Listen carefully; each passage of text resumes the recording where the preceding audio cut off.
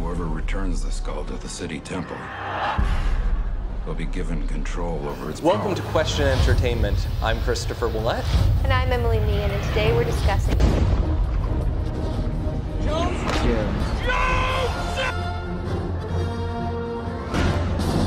This is the fourth movie in the Indiana Jones series. The original three Indiana Jones movies took place in the 40s.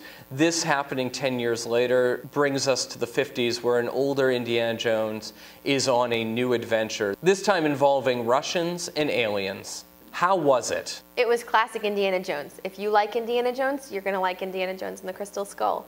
I loved it. Indiana Jones is my dad. You know, we've joked about that for years. He wears the same hats and he makes stupid jokes. Indiana Jones is when I love Harrison Ford best, and throwing Shia LaBeouf in there was great. You know, Indiana Jones has that just silly air.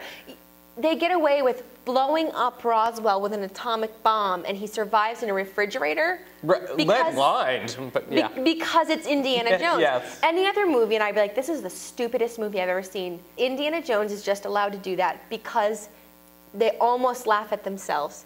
I loved it. I really enjoyed the first 40 minutes of this movie. One of the great things about the old movies is that they are based on 1940s action-adventure films.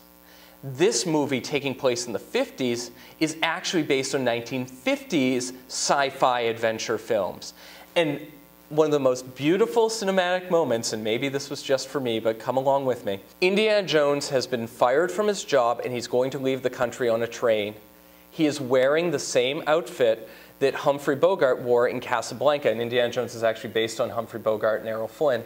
He's wearing the same outfit and gets on the train and stands in the same way Humphrey Bogart did when leaving Paris. The entire scene is Humphrey Bogart leaving Paris. Then there's a bunch of smoke, and through the smoke rides Shia LaBeouf, driving a Triumph motorcycle and wearing the same outfit that Marlon Brando wore in 1950's The Wild One. I love this transition, letting us know that we are no longer doing 40s movies, we're now doing the 50s. Followed by a great scene in a soda shop and a chase scene where at first the music threw me off, but then I realized, wait, this is classic 1950s chase theme music. I also really enjoy movies of the 50s, so this all excited me. Unfortunately, once they start really getting in their adventure, I think they resort back to classic Indiana Jones in almost a parody of it. I'm willing to accept a little more from Indiana Jones. I'm willing to accept no matter what happens, his hat will be there at the end. Mm-hmm. But I think they just took that way too far, and all of a sudden, Mutt is swinging through the trees like Spider-Man because he figured out how to do these vines, and he's just going to end up landing on the bad guys. And once it's revealed that Mutt is actually Indiana Jones' son, Harrison Ford immediately starts doing his impression of Sean Connery, which I did not think worked. And the ending seemed ripped off from Raiders of the Lost Ark. Okay, I will give you that the relationship was a little rushed. However, I will say that I will probably accept more from Indiana Jones than you because he's my father and because I'm not, you know, a film person like you, so I just watch a movie. And I want him to always have his hat, and I wanted Mutt to just be able to do those things, and I just assumed he could do them because he was his father's son. It was over the top. You know, it was like any kind of last movie tends to be. It's probably a combination of it's our last hurrah, let's do whatever we want, and let's get this movie made. I'm not going to lie. There's probably a little bit of... Oh, there was. Harrison Ford gave them a time limit. He said, yeah. I will not play Indiana Jones after a certain birthday. Exactly. And then this movie got rushed. So there is that. But I think that also it's poking fun at itself. Kind of like, did you see Terminator 3? No. Okay. It's a little over the top, and it pokes fun at itself, and so it gets away with it. And it actually ends up being one of the best Terminator movies, which is the most bizarre thing. In the same way, like when you were talking about that, how it's like a little over the top in the end, it made me think of Terminator 3. They sort of get away with it. Okay. Because they're building on such a franchise. Now, what you said about all the 50s stuff, I just want to say for non-film people, you won't get any of that, but it's still really good. Subtly, you get... So I didn't know, you know, Humphrey Bogart and Marlon Brando, thank you, and all those things. But you get very clearly this is the 50s. Yeah. And it's fun to watch. And there's Shia LaBeouf dialogue. on his motorcycle. Yes. And it was almost a cliche, but when they're walking out of the soda shop being trailed by the KJB and he says, "Punch Joe College hard," that's what I wanted. And then we get the jock greaser fight, and it was just fun, but I think it just went too far once they were in the jungle. Is this good for kids? I grew up on Indiana Jones, so I want to say yes, because I love Indiana Jones. But being a mom Yeah. makes me think. It's certainly not terrifying. It's certainly not overly violent. No. It's certainly not overly sexual. But, you know, the ants, that's a classic, like Indiana Jones, kind of gross. Right, But yes. without being too terribly terrifying when all the ants swarm. They were large ants that devoured people whole. I think that would scare little kids. Yes, oh, so Yeah. do I. Yeah. So do I. There's still something fantastical about them. Yes. So my 6-year-old, I would not let watch that. Yet I grew up when I was 10 watching that. I would have to work really hard to make a case for your kids can see this movie. Right. So there are some scary scenes and there is some inappropriate language. For a complete breakdown of everything on the screen, please check screenit.com. What about spiritual issues? This is an interesting one. Obviously, Indiana Jones has always dealt with spiritual issues. I had a much harder time with The Last Crusade, where his father was supposed to be a Christian and sleeping with the same women he was. In this one, the spirituality is all through it, and it's directly related to God. At one point, they discussed that geoglyphs can only be seen from the air.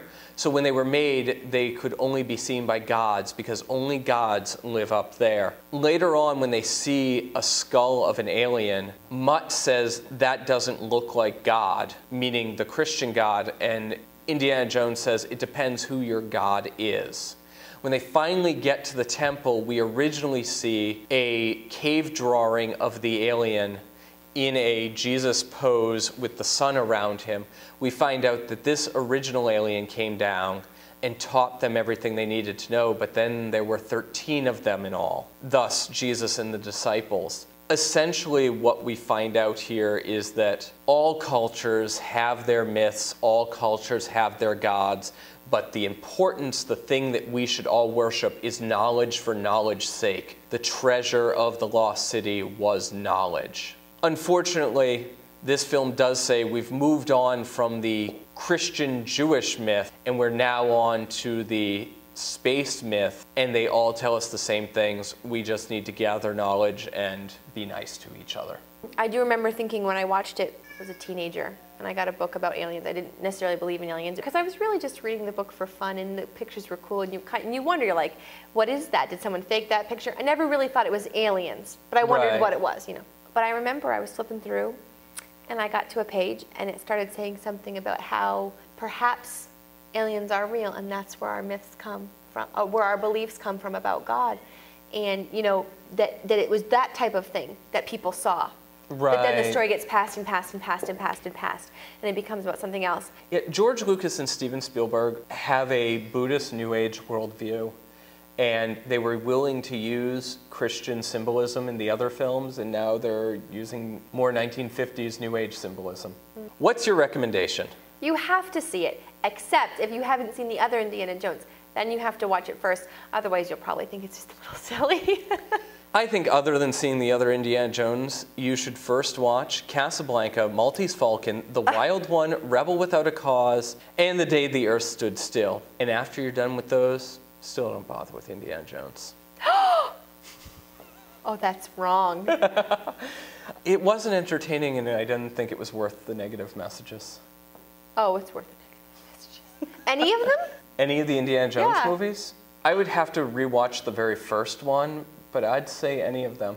Oh, your dad did not wear one of those hats.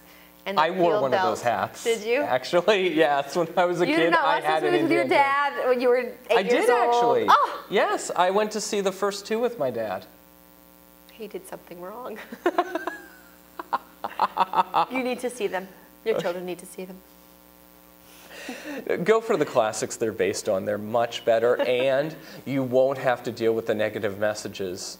A lot of them have very positive messages. And The Day the Earth Stood Still is being remade by a Christian and coming out in December. Yeah, good story. Go see Indiana Jones. On YouTube, please click subscribe. On our blog, please click the RSS feed.